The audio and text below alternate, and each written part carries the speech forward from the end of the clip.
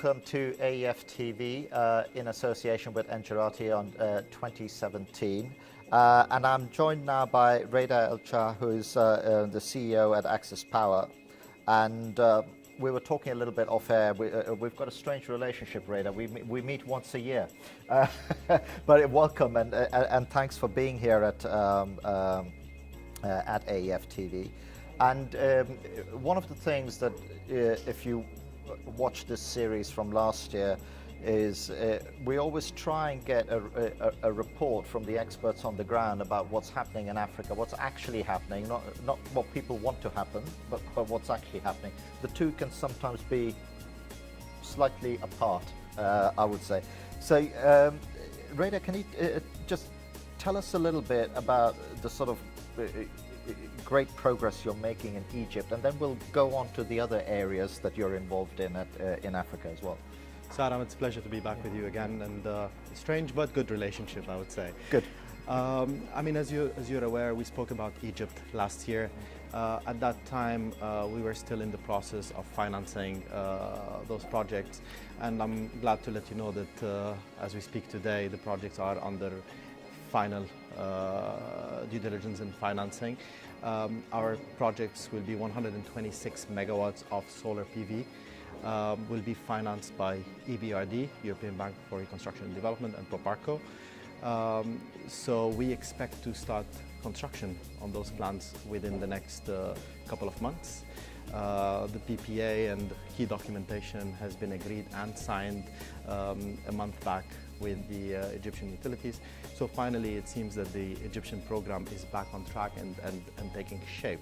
And we are very happy to have participated in this over the last 2 years. It could have been faster, but like everything, we believe that achieving the appropriate risk allocation, while maybe takes longer time, it creates a more robust project. And I think today we've got a much more robust project.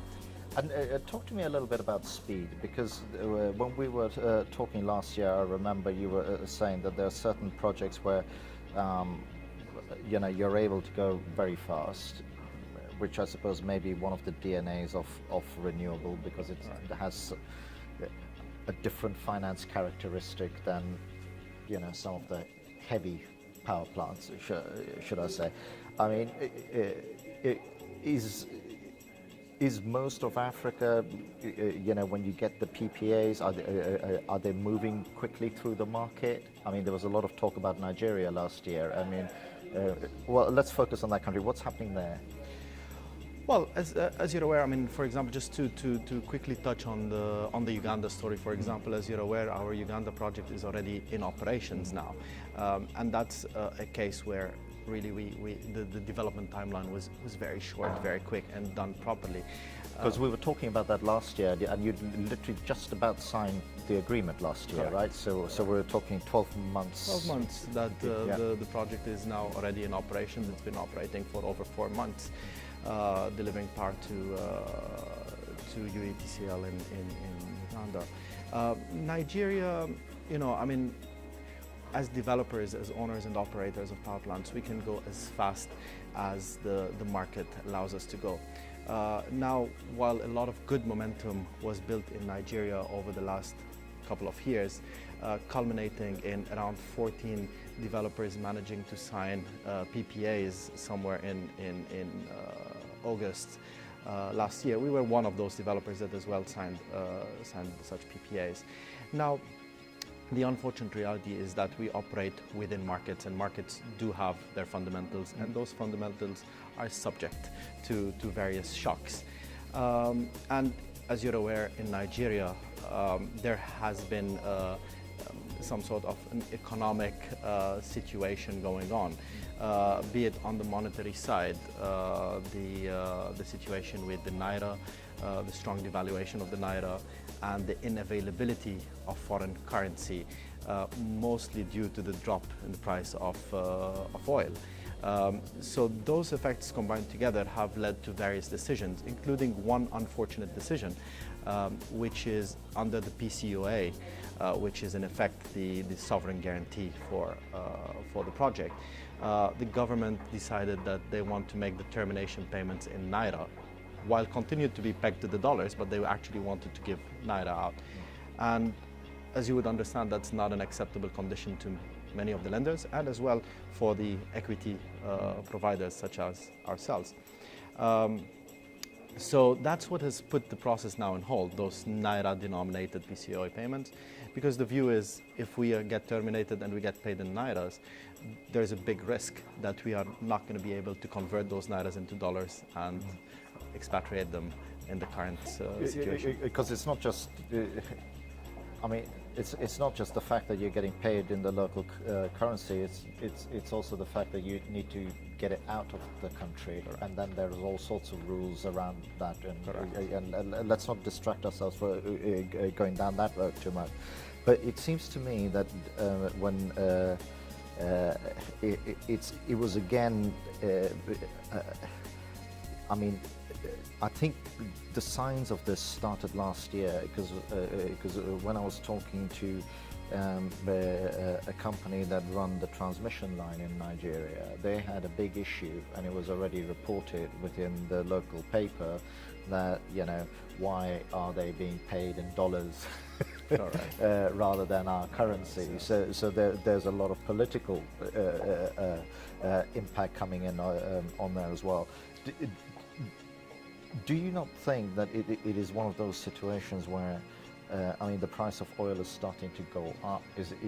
Is that alone going to solve it, or does the government need to be bold and say, listen, if we want this, unfortunately, we are going to have to pay for it in a more robust currency?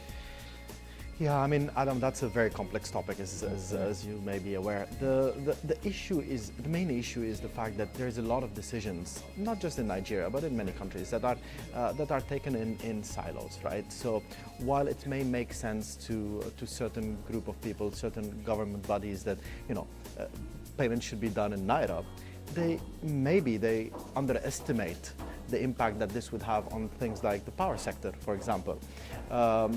And this is the main issue over there. Now, Nigeria fundamentals are what they are today, which is it is a country dependent on oil exports. Now, this shock goes to show that those economies are vulnerable. Any economy that is dependent on a single commodity, especially oil those days, is vulnerable. We all don't know what is the future of oil, as a matter of fact. So that brings a whole philosophical debate as to what is the risk profile of countries such as Nigeria that are dependent on oil exports and because so on. The longer you delay the investment, the more you are a one commodity country. Because you need the energy infrastructure in to build up the other industries that can create a balance. It seems somewhat short-sighted to me that. What would you say is the event horizon? Because I would imagine is, you know, and I've talked to a lot of people who are involved in this in Nigeria, and they're smart people. So, you know, I would hope that their smarts and intelligence prevails, and they go, right, okay, look, this is, as you say, it's an outlier. We can't just maintain this position, otherwise these 14 PPAs will never break ground, and that's it. We'll spend another 3 years. Do you think they're going to solve it quickly? I sure hope so. I mean, Nigeria, as you rightly said, lacks no brain power. I think the Nigerians themselves understand the problem very well. And I think the only thing that needs to be done is they need to sit down, the various government bodies, and have a real discussion as to what is the impact of the various decisions being taken.